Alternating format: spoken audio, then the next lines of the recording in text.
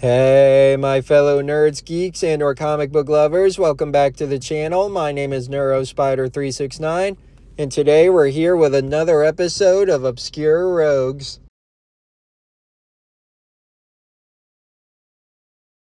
As I'm sure we're all aware, comics are known for having a wide variety of infamous rogues, most of which have grown in popularity over the years, while a vast majority of others are regarded as forgotten and obscure.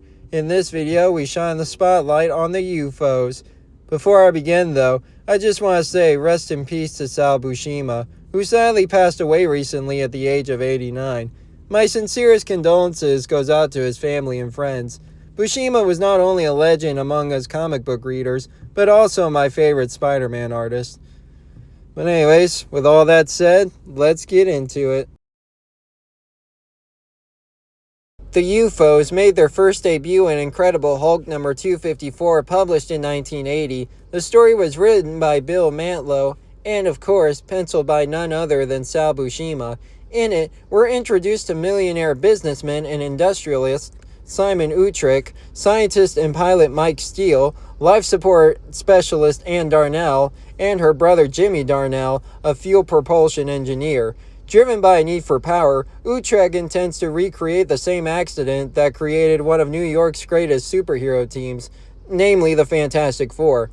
However, as soon as the quartet takes off in their spaceship, Banner stumbles across their facility upon regaining consciousness from a previous outing as the Hulk. Banner notices that the crew is heading straight into a cosmic storm, unaware of the intentional goal, and attempts to override their controls in order to bring them back for a safe landing. While he was successful in this, the crew had still been exposed to the rays of the cosmic storm, and each of them gained their own unique abilities. Utrecht could control the vectors of different objects, Steele became a hulking man made of his namesake, and could transform into any type of gaseous form, and her brother Jimmy became a being of living energy. They then renamed themselves as Vector, Ironclad, Vapor, and X-Ray, becoming the supervillain group known as the UFOs. Furious at Banner for interfering with their flight, the foursome attack him, which ultimately triggers his transformation into the Hulk. Due to their lack of teamwork, however, they end up causing more harm to each other rather than the Hulk, until eventually their powers start to go into overdrive. Ironclad's density increases exponentially, which causes him to sink into the ground. X-Ray becomes incredibly unstable and explodes. Vapor dissipates into pure air, and Vector suffocates as a result of his powers preventing air from reaching his lungs. Despite their massive demise, the UFOs did later return to face the Verde Violent Giant once again in Incredible Hulk numbers 276 to 278. Long story short, the team reunites and manages to capture Hulk while in his Banner form. But of course he transforms back into the Hulk towards the end and proceeds to kick all of their asses.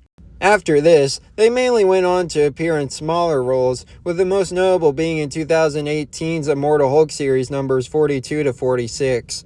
As for other forms of media, the UFOs were featured in a couple episodes of Avengers Earth's Mightiest Heroes, as well as in an episode of Marvel's Avengers Assemble.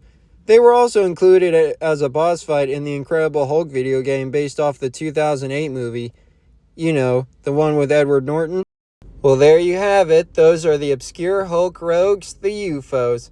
So funny enough, these knockoffs here aren't the first villains to pursue a goal of obtaining superhuman powers via a cosmic storm.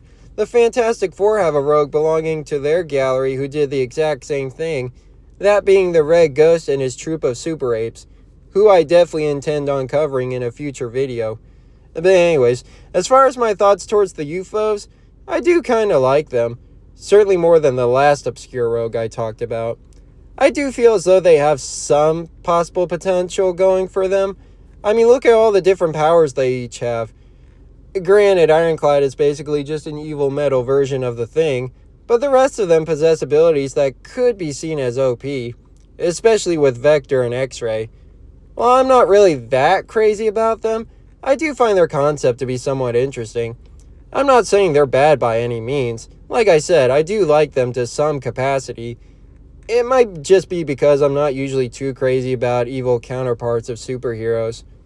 Anyways, that's going to be it for this episode of Obscure Rogues. I hope you guys enjoyed the video. Let me know what your thoughts on the UFOs are. As always, be sure to like, comment, and subscribe. and hopefully I will see you guys in the next video. Catch y'all later.